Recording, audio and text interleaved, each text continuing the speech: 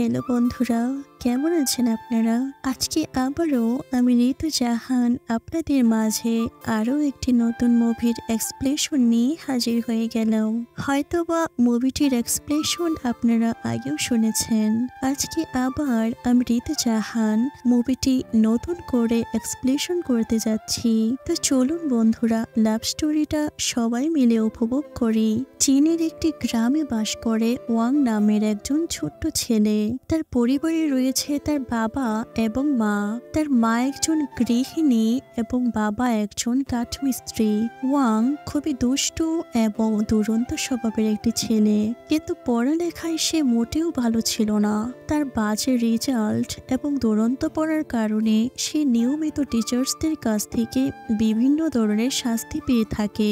একদিন সকালে স্টুডেন্টরা যখন ক্লাসের বাহিরে বসে পড়ছিল, তখন ওয়াং স্কুলের লাইব্রেরি থেকে গল্পের বই চুরি করছিল। সে একটি হুক তৈরি করে বইগুলোকে টেনে নিয়ে আসছিল। তখনই স্কুলের প্রিন্সিপাল মিস্টার ইন এসে তাকে ধরে ফেলে। মিস্টার ইন হচ্ছে ওয়াং এর সবচেয়ে বড় হ্যাটার। সে ওয়াং এর ক্রিয়েটিভিটি গুলোকে মোটেও সাপোর্ট করে না। সে তাকে অফিস রুমে নিয়ে এসে তার গল্পের বইগুলো আবারও নিয়ে নেয়। আসলে এই বইগুলো ছিল ওয়াং এর। মিস্টার ইন বলেছিল যার কাছে যত গল্পের বই আছে সবগুলো স্কুলের লাইব্রেরিতে জমা দিতে। 1 মাস পর বইগুলো ফিরিয়ে দিতে হবে, কারণ কয়েকদিনের মধ্যেই এডুকেশনাল ডিপার্টমেন্ট তাদের স্কুলের লাইব্রেরি পরিদর্শন করতে আসবে, আর তাদের লাইব্রেরিতে পর্যাপ্ত পরিমাণ বই নেই। এই শুনে ওয়াং বলে সে তার কাছে থাকা সমস্ত গল্পের বইগুলো লাইব্রেরিতে দিবে। তাই সে তার মায়ের সেলাই মেশিনের মধ্যে লুকিয়ে রাখা গল্পের বইগুলো এনে স্কুলে জমা দিয়েছিল। কিন্তু কয়েক মাস কেটে যাওয়ার পরেও তিনি তার বইগুলো ফেরত দিচ্ছিল না। এই জন্য সে প্রায় সময়ই তার বইগুলো চুরি করে নেওয়ার চেষ্টা করে। মিস্টার ইন বলে সামনের পরীক্ষায় যদি তুমি পাশ করো তবেই বইগুলো ফেরত দেওয়া হবে। এরপর তাদের চাইনিজ টিচার মিস জাওকে দেখানো হয়। সে ছিল 7 মাসের প্রেগনেন্ট। ক্লাসে এসে বাক্য গঠন সম্পর্কে পড়াচ্ছিল। সে জিজ্ঞাসা করে কে পারবে বাক্য গঠন করতে। তখন ওয়াং দাঁড়ায় এবং মিস জাওয়ের মোটা পেট নিয়ে একটি বাক্য গঠন করে। এই শুনে স্টুডেন্টরা খুবই হাসাহাসি শুরু করে। জাও তখন রেগে গিয়ে ওয়াংকে ক্লাস থেকে বের করে দেয়।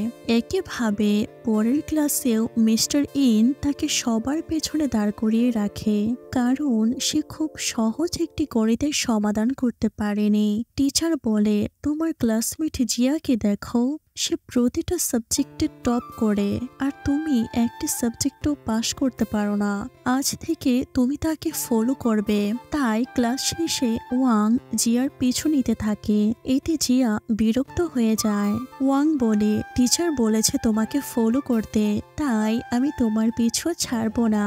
তাই জিয়া মিস্টার ইন এর কাছে নালিশ করে এবং মিস্টার ইন আবারও তাকে শাস্তি দেয়। টিচার্সদের কাছে শাস্তি পাওয়াটাই ছিল ওয়াং এর ডেইলি রুটিন। এরপর স্কুল শেষে ওয়াং একটি মাঠে আসে। সেখানে ছিল একটি বিশাল বড় গাছ। প্রতিদিন স্কুল শেষে ওয়াং এই গাছের কাছে চলে আসে। তার কাছে এই গাছটা হলো তার আরেকটি ঘর। সে তার খেলাধুলার সমস্ত সরঞ্জাম এই গাছে এনে রেখেছে। প্রতিদিন কয়েক ঘন্টা সে এখানেই কাটিয়ে দেয়। এটা হচ্ছে তার সবচেয়ে পছন্দের জায়গা। পরের ক্লাসে মিস জাওয়ের হোমওয়ার্ক ছিল, কিন্তু ওয়াং হোমওয়ার্ক করে আসেনি। তাই সে অন্য ক্লাসে গিয়ে লুকিয়ে থাকে। জাও তাকে খুঁজে বের করে এবং বলে আজ হোমওয়ার্ক কমপ্লিট না করে বাড়ি যেতে পারবে না। তাই সে বিকেল অবধি স্কুলে থেকে পড়া মুখস্থ করে। এরপর যখন সে মিস জাওয়ের রুমে নক করে, তখন তার পরিবর্তে একজন সুন্দরী মহিলাকে দেখতে পায়, যার নাম মিস ফ্যাং। মিস ফ্যাং হলো মিস জাওয়ের ছোট বোন। প্রেগনেন্সির কারণে মিস জাও কয়েক মাসের জন্য শহরে চলে যাবে, আর এই কয়েক মাস মিস ফ্যাং হবে তাদের চাইনিজ টিচার। মিস ফ্যাং তাকে বলে তুমি এখানে কি করছো? স্কুল তো অনেক আগেই ছুটি হয়ে গিয়েছে। সে বলে মিস জাও বলেছে পড়া মুখস্থ না করে বাড়ি যেতে পারবো না। তখন মিস জাও বাজার থেকে ফিরে আসে। ফ্যাং বলে, ছেলেটাকে এইভাবে আটকিয়ে রাখা ঠিক হয়নি। মনে হয় ছেলেটা দুপুরে না খেয়ে আছে। এরপর যাও তার কাছ থেকে পড়া নেয়, কিন্তু সে পড়াটা এখনো মুখস্থ করতে পারেনি। এই জন্য সে তাকে আবারও পড়া মুখস্থ করতে বলে। ফেং তাকে বলে, বাচ্চাদের প্রতি এতটা কঠোর হওয়া উচিত নয়। যাও বলে, ওয়াং খুবই বদমাশ এবং বাজে একজন স্টুডেন্ট, এর প্রতি দয়া দেখানো উচিত নয়। রুমের বাহিরে এসে ফ্যাং দেখে ওয়াং পানি খাওয়ার জন্য চেষ্টা করতেছে, কিন্তু টিউবওয়েলটা নষ্ট হয়ে যাওয়ার কারণে পানি পড়ছিল না। এই দেখে ফেং তাকে ফ্রুটস জুস খেতে দেয়। এরপর থেকে ওয়াং তাকে পছন্দ করতে শুরু করে, কারণ উনি একমাত্র টিচার যে কিনা তার সাথে ভালো আচরণ করেছে। ফ্যাং বলে, তুমি এখন বাড়ি চলে যাও, দুপুরে খেয়ে এবং হোমওয়ার্ক কমপ্লিট করে ফিরে এসো। এই শুনে ওয়াং স্কুলের পাশের একটি নদীতে গিয়ে গোসল করছিল। তখন প্রিন্সিপাল মিস্টার ইন সেখানে চলে আসে এবং ওয়াং এর কাপড়গুলো নদীর পাড়ে পেয়ে স্কুলে নিয়ে যায়। এরপর অসহায় ওয়াং তার শরীর ঘাস দিয়ে ডেকে বাড়ি চলে আসে। এর পরের দিন তাকে ড্রেস ফিরিয়ে দেওয়া হয়। ওয়াং টিচারের কাছে দরখাস্ত লিখে নিয়ে আসে। সে লিখেছিল সেই ময়লা নদীতে একা সাঁতার কাটার কারণে এবং টিচারের অনুমতি ছাড়া স্কুল থেকে চলে যাবার কারণে সে ক্ষমা প্রার্থী।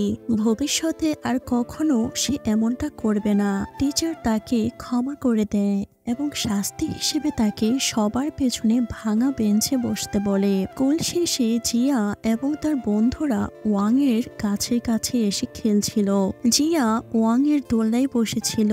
তার বন্ধুরা বলে, ওয়াং আমাদেরকে এখানে আসতে মানা করেছে, এই জায়গাটা ওয়াং এর। এই শুনে জিয়া রেগে বলে, এই জায়গাটার মালিক ওয়াং নয়, আমাদের যখন ইচ্ছে হবে তখনই এখানে চলে আসব।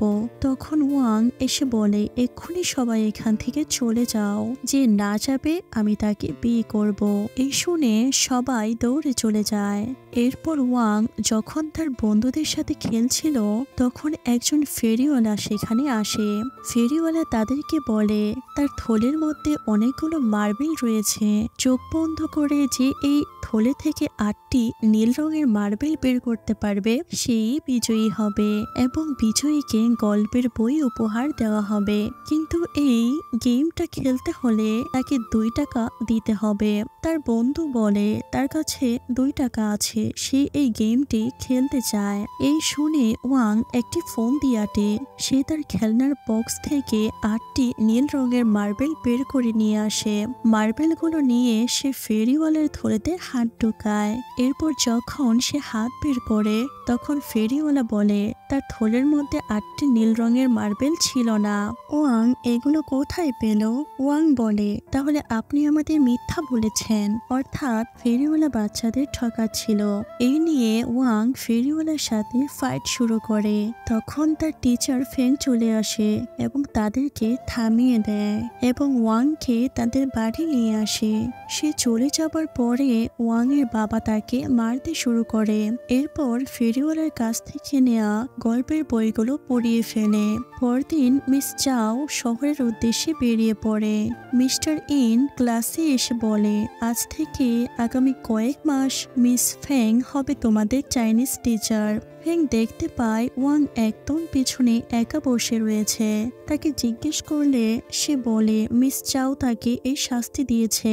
তখন ফেং তাকে আরেকটু সামনে এসে বসতে বলে। ফেং বুঝতে পারে বাচ্চাদের গল্পের বই পড়ার অনেক ইচ্ছে থাকলেও টিচাররা তাদেরকে গল্পের বই পড়তে দেয় না।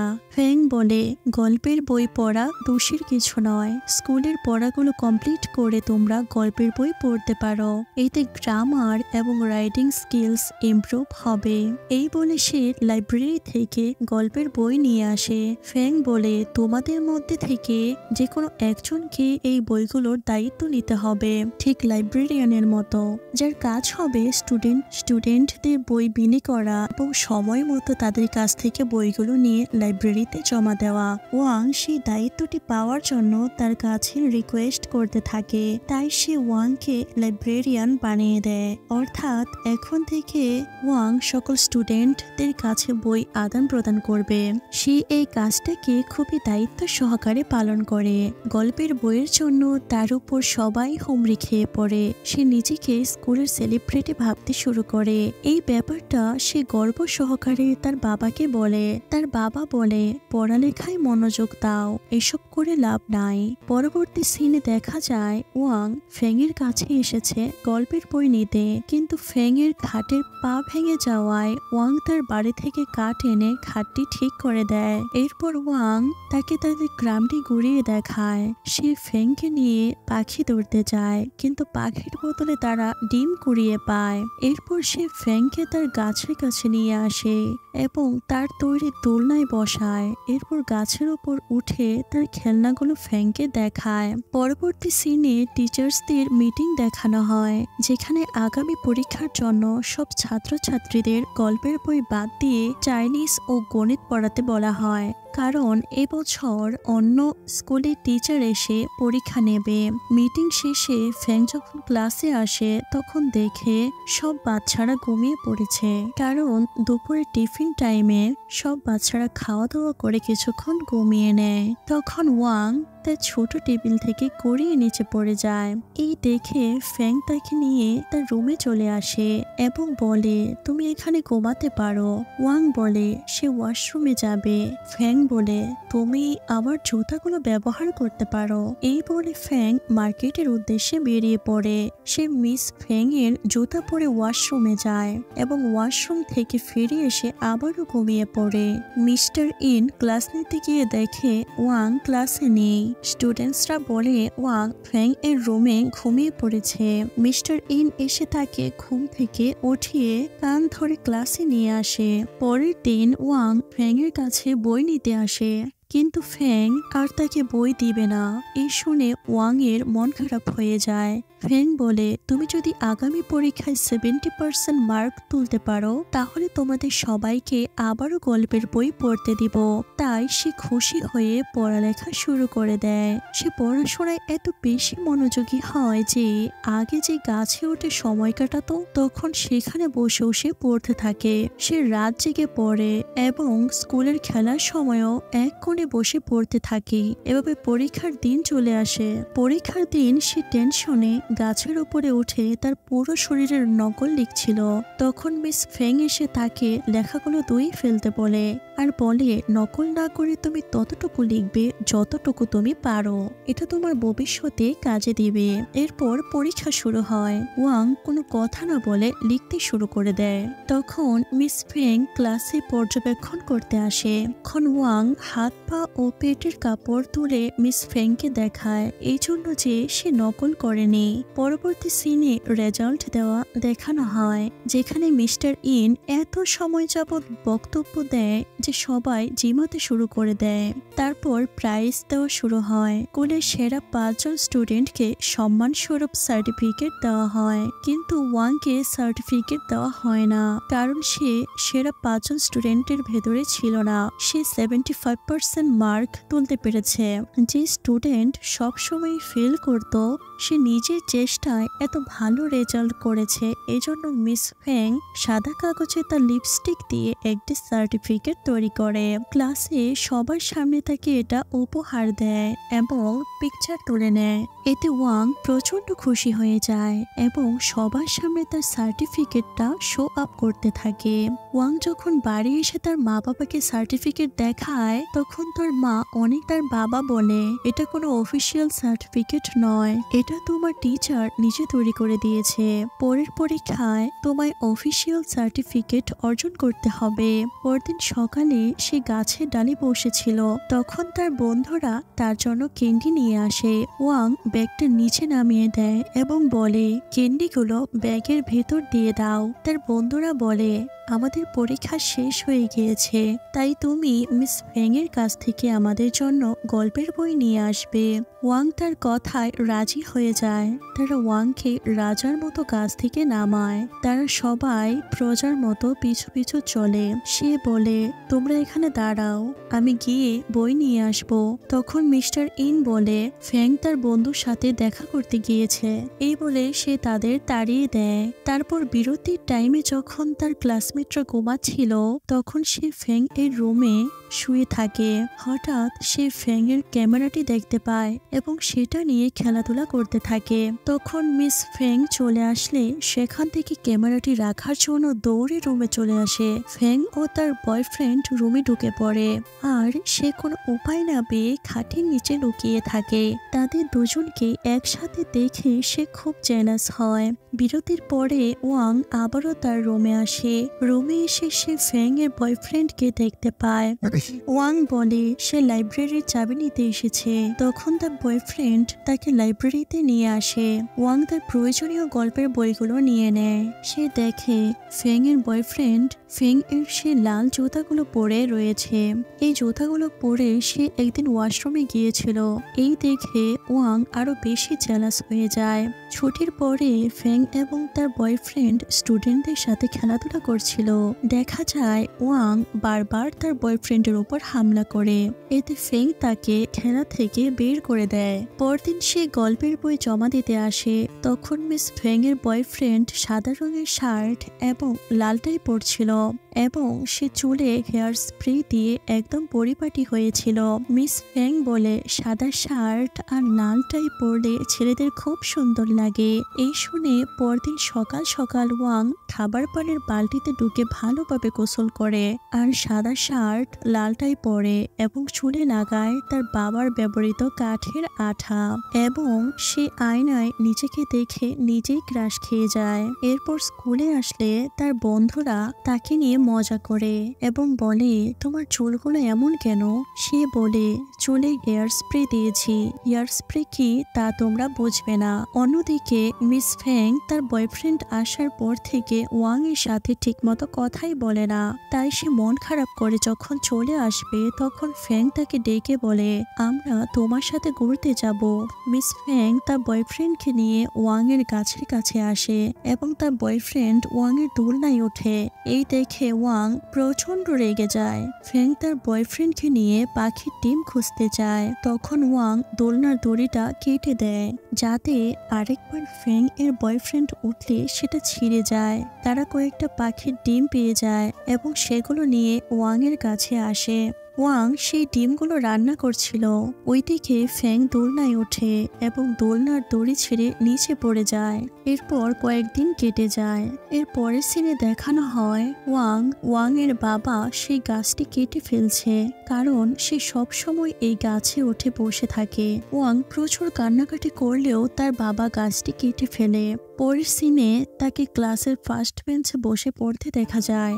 এখন আর সে দুষ্টুমি করে না, এখন সে ক্লাসের ফার্স্ট বয়। এরপর মিস্টার ইন তাকে ডেকে বলে, তোমার একটি চিঠি এসেছে। আরো বলে, দুজন স্টুডেন্ট নিয়ে জায়গাটা পরিষ্কার করে ফেলো।